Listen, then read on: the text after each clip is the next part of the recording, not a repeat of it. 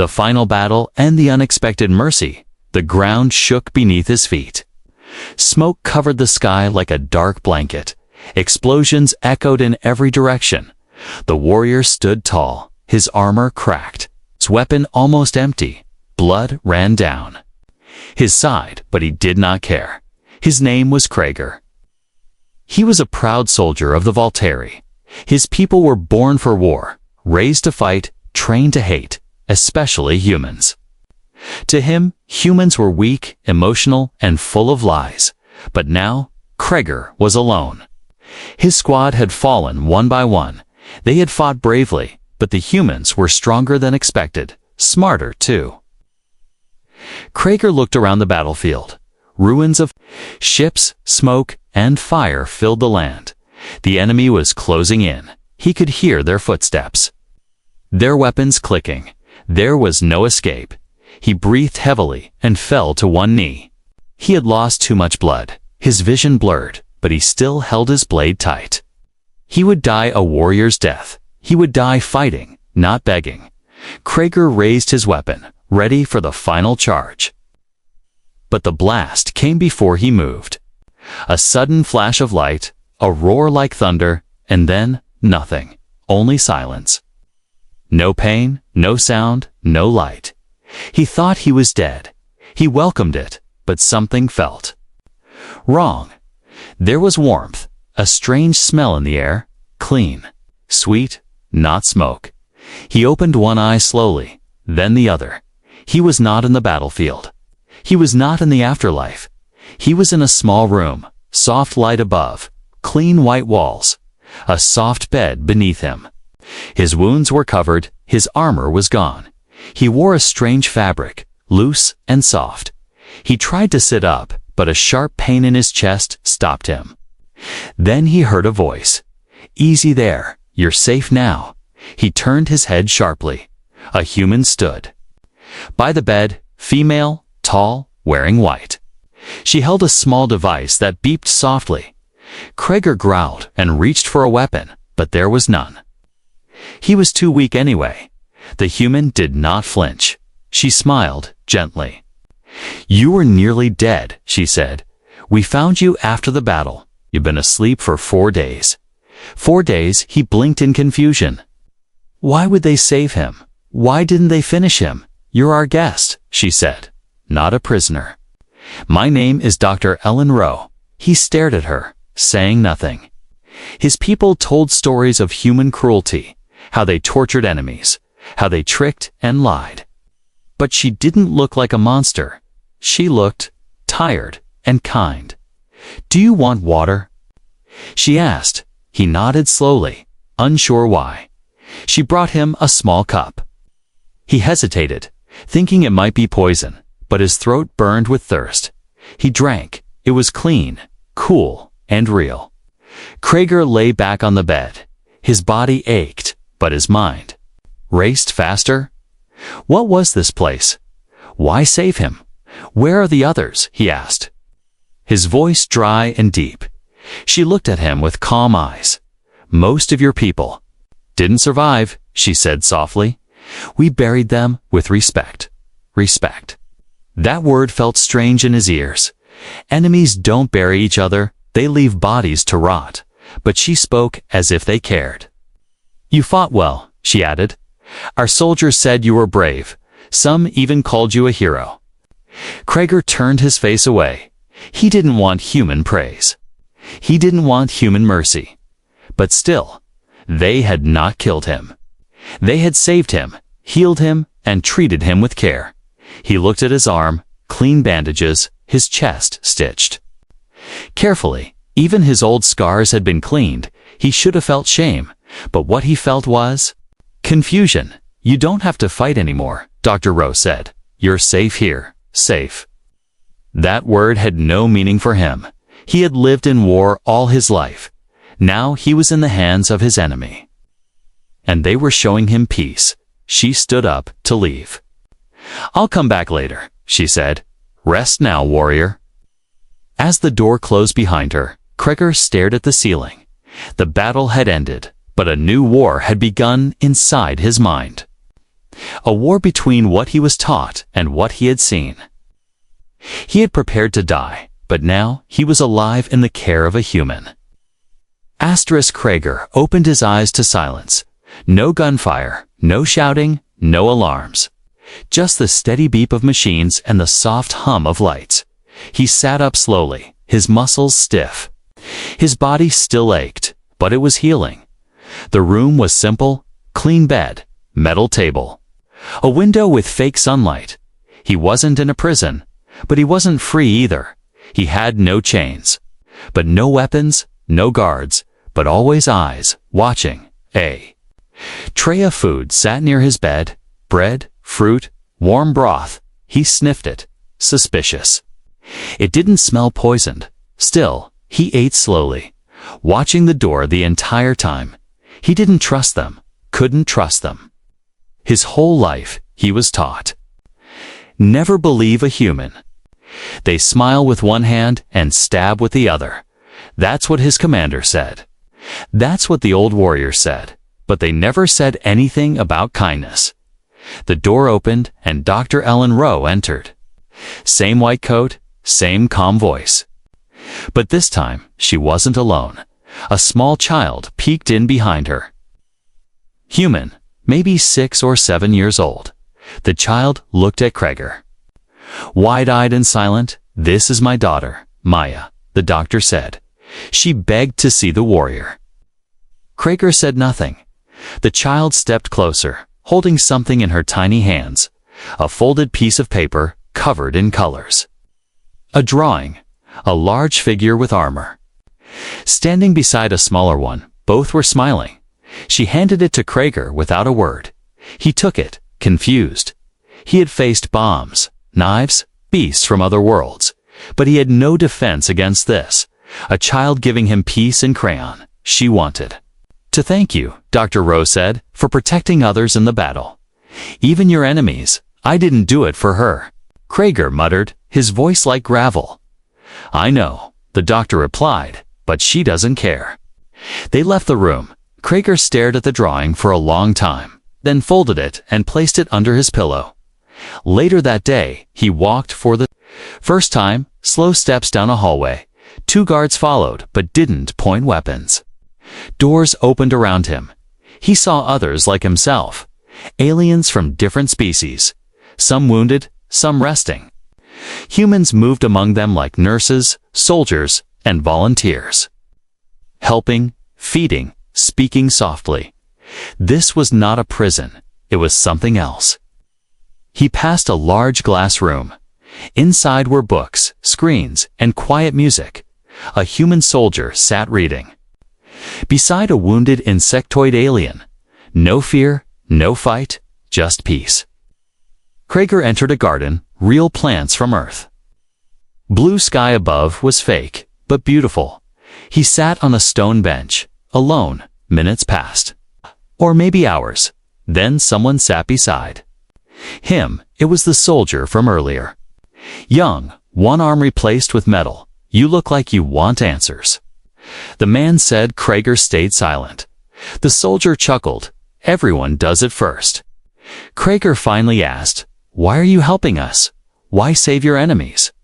The soldier looked ahead at the garden. Because someone has to stop the circle, he said. My brother died in the war. I could have hated everyone who looked like you, but that's not peace. Krager clenched his fists. Your kind burned our cities, he said. The soldier nodded, and your kind turned our oceans into fire. There was silence between them. Not angry, just heavy. Truth settled in like dust. No one wins in the end, the soldier said. But someone has to choose not to hate. And someone chose you. Krager stood and walked away. His heart heavier than before. Back in his room, he found another tray of food. And another note, this time from Maya. It had one sentence written in wobbly letters, get well soon, warrior. Friend, he stared at it for a long time. Then placed it beside the drawing under his pillow.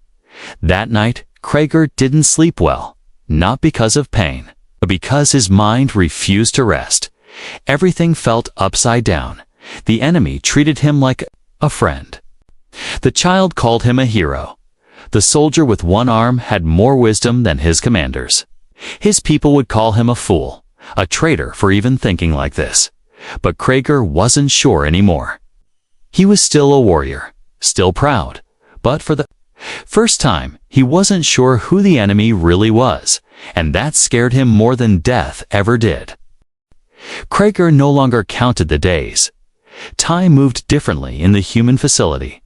No sirens, no screaming orders, no death patrols. Only quiet footsteps and distant music from hidden speakers. His wounds were healing, but his mind remained restless. He watched everything. The guards, the nurses, the halls, every routine, every pattern. Every gesture, old instincts refused to die. He didn't trust this peace. It felt too soft, too quiet, too kind. As if something darker waited beneath it, something they didn't want him to see. One morning, as he walked past the garden, he noticed a metal door slightly open, a place he hadn't seen before. No label, no lights above it. His guard escort was late that day. A rare mistake, or maybe a gift from fate. Krager stepped inside the dark hall. The door clicked shut behind him. The hallway was colder. Lights were dim, floors smoother. This part of the building felt older, and somehow more alive. He moved. Quietly, his senses sharp. Every step echoed. He heard machines humming. Saw flickers of screens through the cracks and doors. Then he found it. A room full of cryochambers. Dozens of glass tubes. Each holding a figure inside. Alien bodies, frozen. In stillness, his heart raced. Some were Valtari like him. Others were species he had fought. Some were even humans. All in stasis. Why, he thought? Why freeze them? Why hide them? Footsteps echoed behind him. He spun around, fists ready, but it was Dr. Ellen Rowe, her face calm, her hands raised in peace. "You weren't supposed to see this yet," she said. "But I figured you'd find it eventually." "What is this place?" Krager growled. "Prison for the unwanted." She shook her head.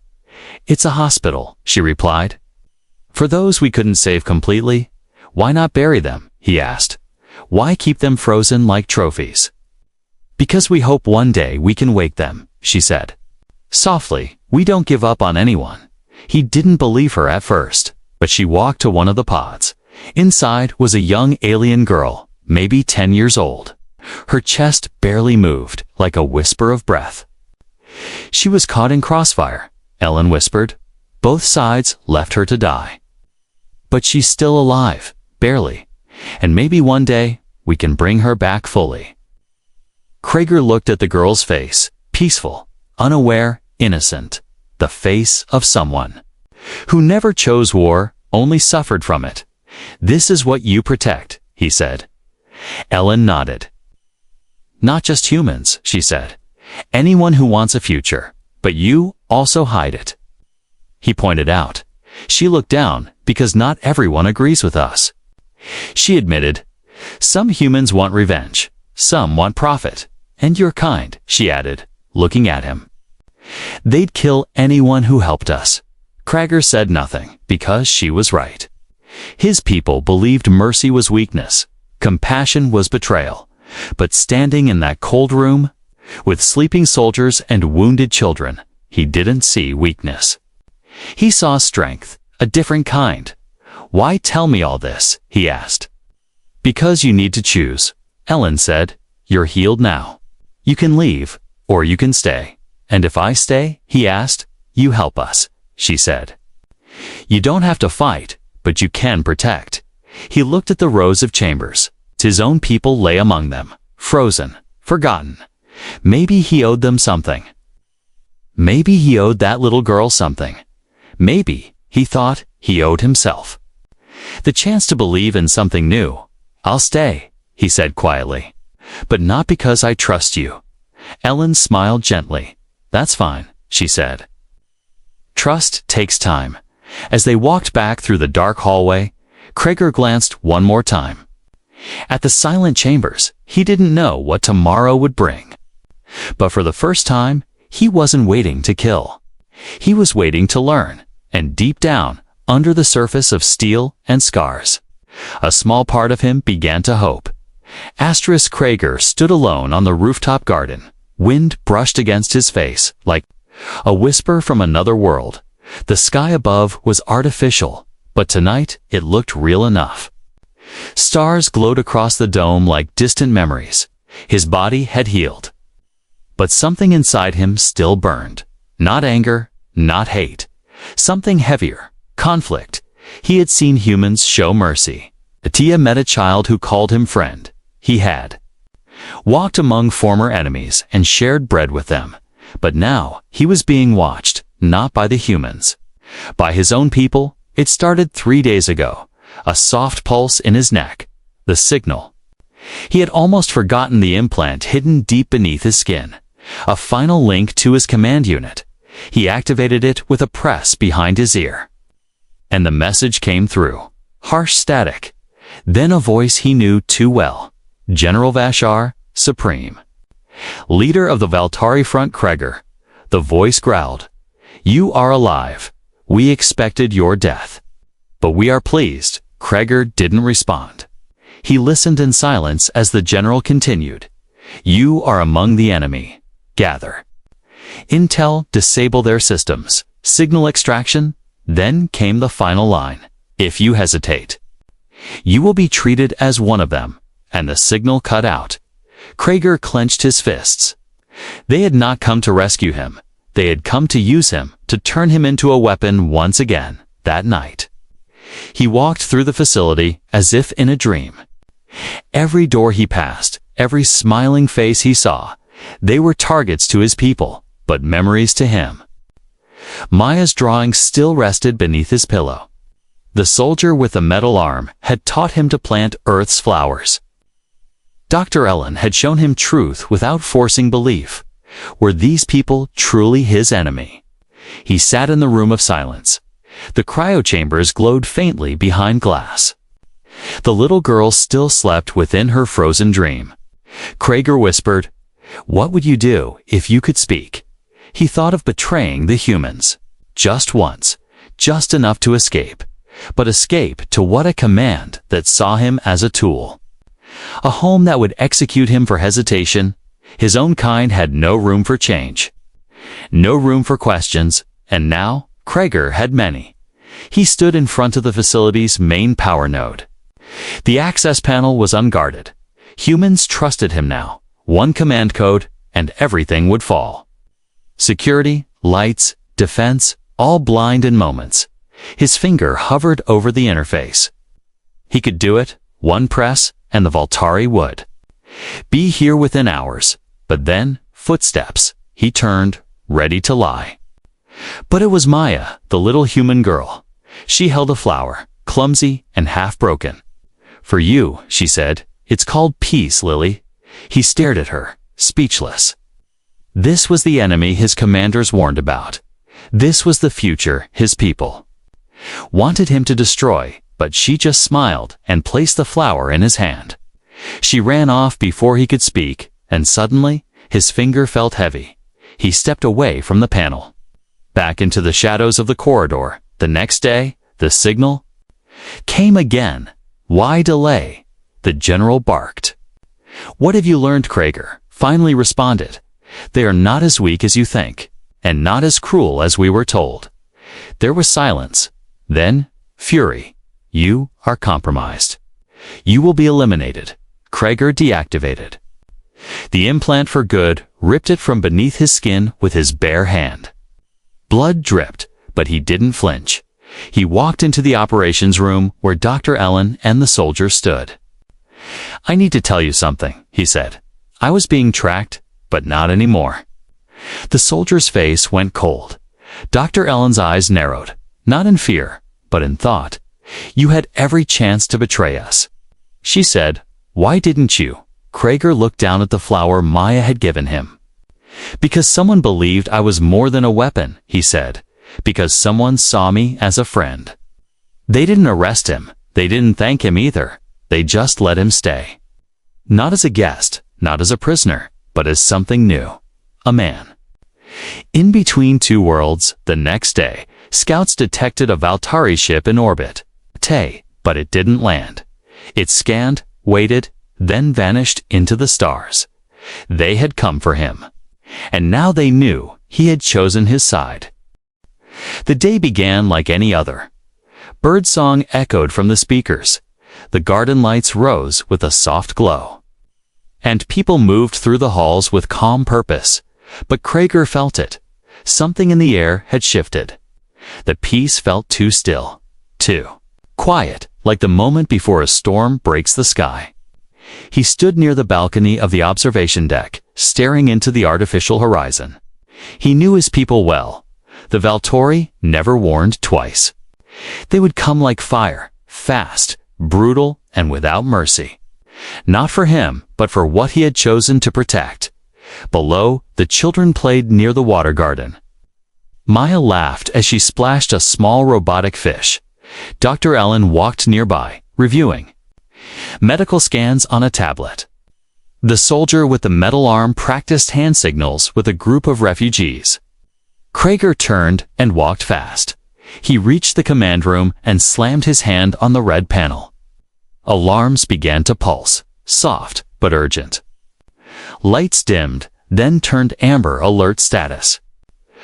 "What's happening?" Dr. Ellen asked, rushing in. "They're coming," Krager said. "I don't know how many, but they're close." "Valtari," the soldier muttered. Krager nodded. "They think I betrayed them," he said. "They've come to erase everything." Defenses activated. Hidden turrets emerged from the ground. Energy shields powered up around the outer wall. But this was not a military base.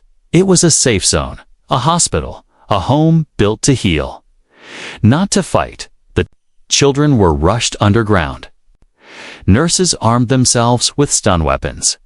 Volunteers carried the unconscious to the bunker. Krager stood beside the soldier, both facing the sky.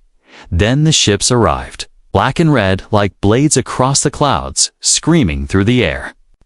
With rage, the ground trembled as they landed in formation. Dozens of Valtari soldiers poured out. Their armor gleamed with war paint, eyes locked forward. Weapons charged. They had one mission: wipe out the betrayer and his protectors. Krager stepped forward alone. He raised no weapon, only his voice. "Stand down," he said. "There are civilians here." The leader of the unit stepped out. A towering figure with gold markings on his armor. Commander Threx, once Krager's mentor, now his executioner. "You chose the enemy."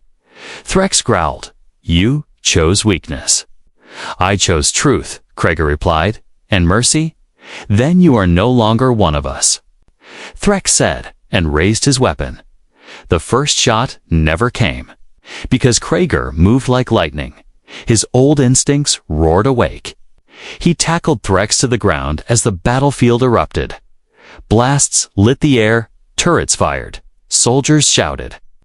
Smoke filled the clean gardens, flowers burned, lights shattered. Krager fought without hesitation, not to kill, but to protect. He disabled, disarmed, deflected, using force, like a wall, not a sword. The soldier with the metal arm joined him, back to back, covering each other. Ellen dragged a wounded medic to safety.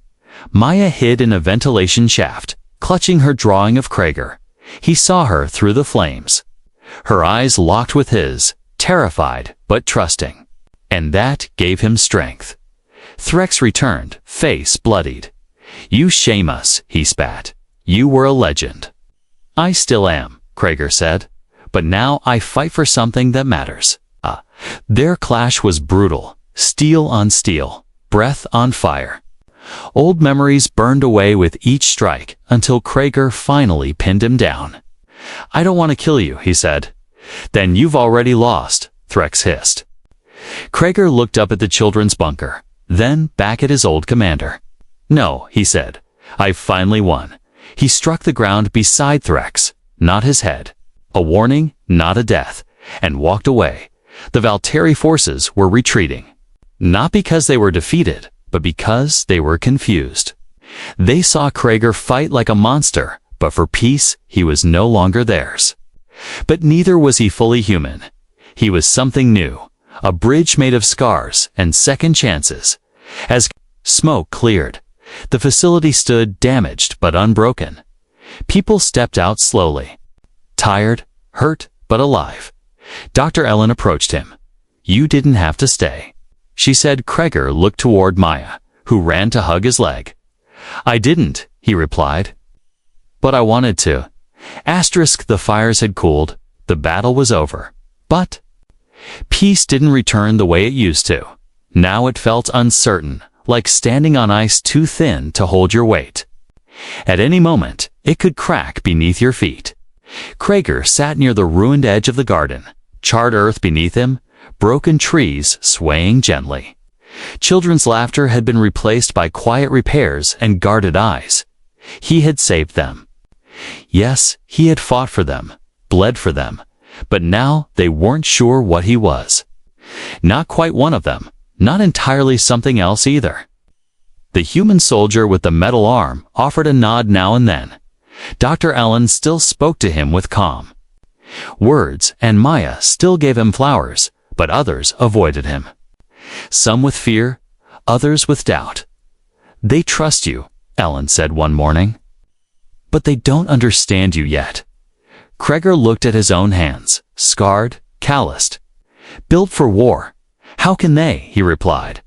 "I don't even understand myself." Then came the message, delivered through a small probe drone that landed silently in the outer courtyard. It didn't carry weapons. It carried words and a symbol of exile. The Voltari Council had declared Krager an outcast. His face was marked as unclean, his name erased from the warrior records. He was no longer Voltari. He was nothing to them now. He stared at the message as it burned in the fire pit. No rage in his eyes, only something deeper. Grief. That night he wandered the halls alone. Voices behind closed doors grew quiet as he passed. He was the one who stopped the attackers, but he was also one of them, the enemy who chose to stay. The weight grew heavier each day. He couldn't go back to his people. He couldn't fully walk among the humans either. He was stuck in between. Then came the idea, a dangerous one. He asked Ellen to bring him the list. The list of all known alien survivors across neutral sectors. "There are more like me," he said. "Exiles, defectors, or just tired of war. We could bring them here." "Build something new." Ellen hesitated. "If we open the gates," she said, "we paint a target on our backs. We already have one." Krager replied, "At least let it be for something real." She agreed, not because it was safe, but because it was right. Within a week, the signal went out, not as a trap, not as bait, but as a call to those without a home. Krager spoke into the recorder. To those lost in war, rejected by their own. There is a place where healing exists, not perfect, not powerful, but real. He signed it not as Krager the warrior, but Krager the protector. At first, nothing happened. Then slowly, they came. A wounded reptilian scout. A telepath with half her mind shattered. A desert-dwelling mechanic who hadn't spoken in 3 years. They came in ones and twos, silent, broken, scared. But when they looked at Krager, they saw someone who had survived, someone who understood. He trained them gently, not for war, but for peace. How to repair, grow, defend, and live again. He built a new section in the facility, not for warriors, not for humans, but for those in between. People began calling it the bridge, a space where lines blurred, where names didn't matter as much as choices, but not everyone liked it. Some humans feared a new uprising. Some aliens whispered that Krager had gone soft.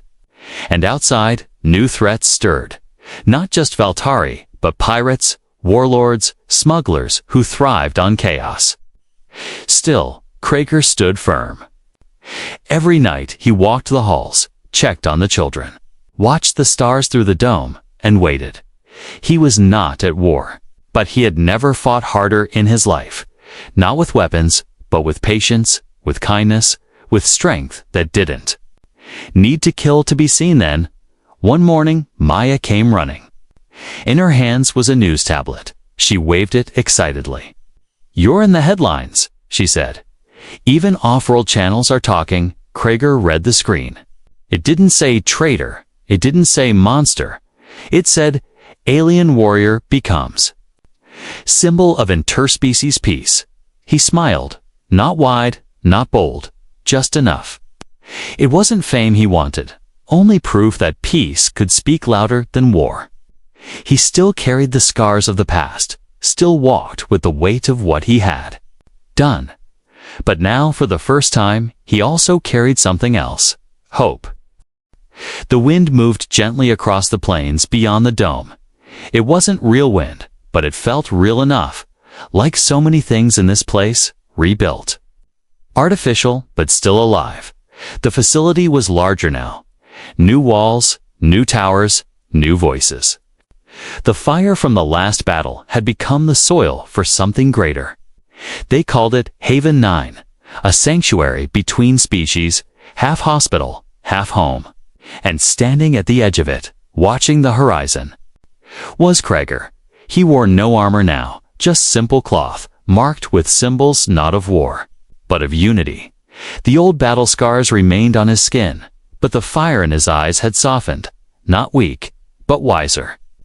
New arrivals came almost every week. Some limped in with broken bodies, others crawled in with broken hearts. Each one met by people who once stood on opposite sides of the same war. Krager greeted them himself, not as a commander, but as a reminder that survival is not the same as living, and that peace is not weakness, but a choice made over and quit. Made over and quit. Over again, he trained young minds now, not in tactics, but in listening. In patience, in rebuilding. He taught them how to plant seeds, how to mend walls, and when to pick up a shield, not a sword. Sometimes, he would sit with Maya under the restored tree in the courtyard. She was taller now, her voice wiser, but she still called him warrior uncle, and still handed him flowers like medals. "I want to join the Peace Guard," she told him one evening. To protect what we've built, he didn't answer right away. Instead, he looked up at the stars. Somewhere out there, his people still fought, still burned planets in the name of pride. But here, this small patch of light was proof that another way existed. "You'll be more than a guard," he said finally. "You'll be a builder of futures." One morning, while reviewing supply routes, a messenger drone arrived. It bore a strange symbol, not Voltari, not human. A faction once known for raiding both sides had sent a message. They wanted to talk. They wanted to visit. They wanted to understand how Haven 9 had not only survived, but grown. It was a signal. The ripple was spreading. Krager stood at the gates as new guests arrived, wary, armored, silent, but not hostile. He welcomed them with no weapons, only words. "I was once like you," he said, "lost between rage and silence. But someone gave me a chance to see differently. You're here now," he added, "which means you already believe it's possible." They didn't speak, but they stayed. And that was enough. That night, Krager walked alone through the refugee halls, past sleeping children of 5 different species, past murals painted by hands that once held rifles, past a room where laughter rose louder than alarms ever had. He stepped onto the rooftop where it all began. The stars were brighter than usual. Or maybe his eyes had simply changed. He thought of the first time he opened them on a human bed. Of the smell of healing ointments instead of fire. Of the kindness that confused him. Of the flower Maya gave him with trembling hands. He was supposed to die that day. He was ready to die, but instead, he was shown mercy. And from that mercy came everything else. A home, a purpose, a future. A small voice called out behind him. "Uncle Krager," it was Maya. Now in her early teens, she held a new drawing. Two figures, one large, armored, with no weapon, and the other, small, hopeful, holding a plant. "It's you and me," she said. He took the drawing gently, looked at it, then looked at her. "No," he replied. "It's who we've all become." She smiled, leaned against him. Together, they watched as another ship arrived, another chance. Another soul-choosing piece, and in that quiet, under stars both real and artificial, Krager felt something rise in his chest. Not pride, not sorrow, but peace. The kind worth bleeding for, the kind worth choosing, again and again, the kind only a warrior could truly understand.